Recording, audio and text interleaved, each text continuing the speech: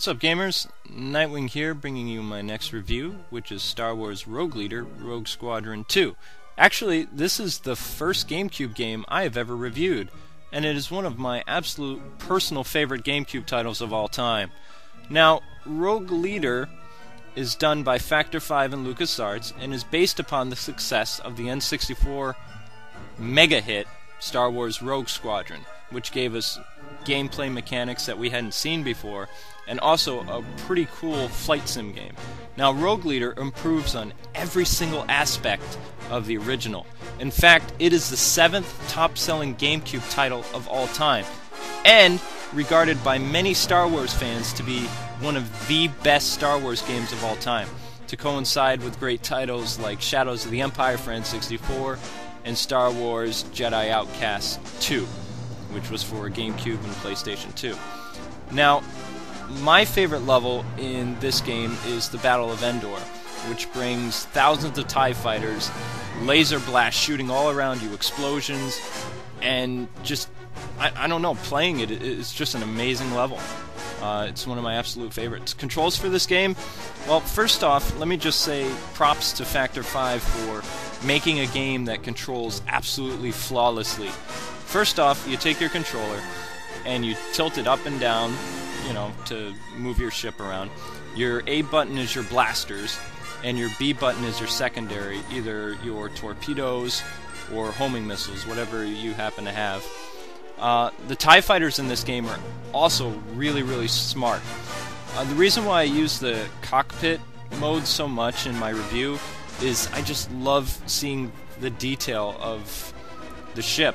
I mean, it's identical to what you see in the original Star Wars movie. Factor 5 got it down to the absolute letter. For the Hoth missions, the detail is absolutely amazing, and the control is flawless again. Your B button is going to be your tow cable in this one. And what's funny is Factor 5 joked about doing the Hoth level again, because it's been done so many times since Shadows of the Empire, but they threw it in here again, and this Hoth mission is the absolute best.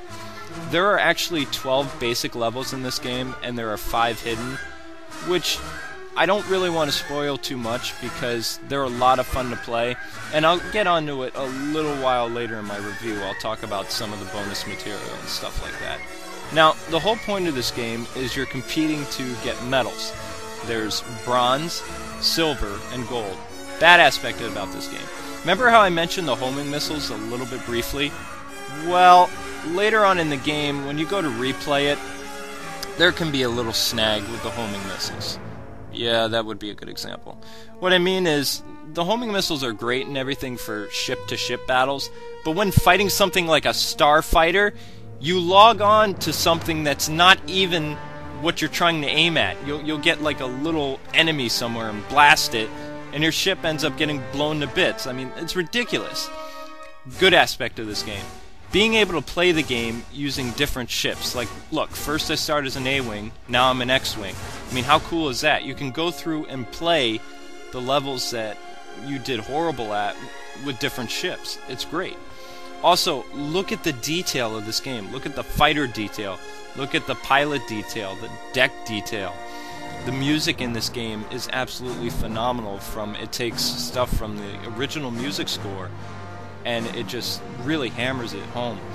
Also, the ability to use Vader's tie as one of the other fighters, so you can go through, as I said before, and play levels that you completely sucked at, and actually get the gold medal using either Vader's tie, or the Naboo Starfighter, or the Millennium Falcon.